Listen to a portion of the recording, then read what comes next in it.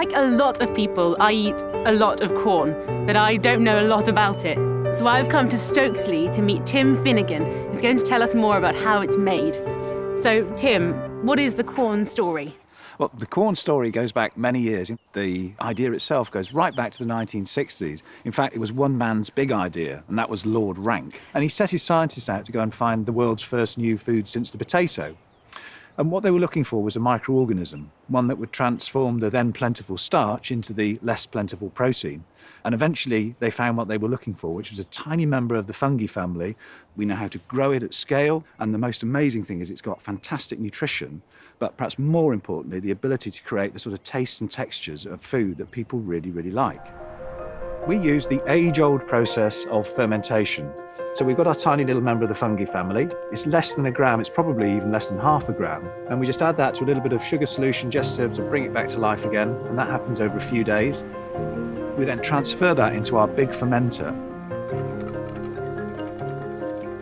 Alongside key nutrients, we feed the fungi with glucose and oxygen. This enables it to grow continually. Then we use centrifuges to separate the mycoprotein paste from all the liquids. Then we harvest the mycoprotein.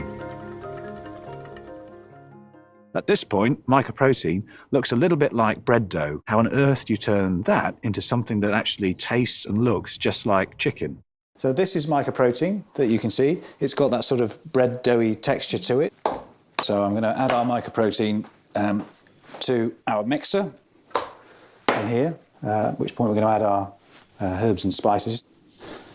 And then we're just going to add our little bit of egg protein as well. This actually works extremely well as a binding agent. I'm just going to mix that now. The next stage is to begin to create that sort of texture that Quorn foods are so good at. Here's some that we did earlier. Now, if you were to look under the microscope here, what you would see in the mycoprotein is tiny sort of tree branches. And what we're going to do is we're going to align those fibres, the tiny sort of plant fibres, and begin to create those bundles that then will have that sort of meat-like texture. And the way that we start that process is by rolling. So you can see it's a bit like, you know, if you were making pastry, you'd create your first layer, and we'd actually fold it, roll it again. What we would do now is we will cook this in steam, and that literally is just to kind of set the egg protein that's in there. And then it's freezing. It's the controlled growth of the ice crystals that pushes the fibres together to create fibrous bundles that then gives you that sort of texture that Quorn foods are so famous for. In the factory, we do exactly the same thing, but on a much bigger scale. Then we give it the shape we need, pack it up, and ship it out. These are our breaded Quorn wings. You can see if I break one open, you've got that kind of chicken-like texture that Quorn foods is. That looks just like chicken. It's delicious, it's nutritious, as you said, and you can make all your favourite meals with it. Absolutely, the versatility is amazing. There's a huge range, a big world of Quorn out there, and it all tastes great. So Tim, Quorn is clearly amazing. Is there any other reason why more and more people around the world are choosing it? Well, it's great food, and it's got amazing nutrition. But perhaps most importantly of all, it's sustainable.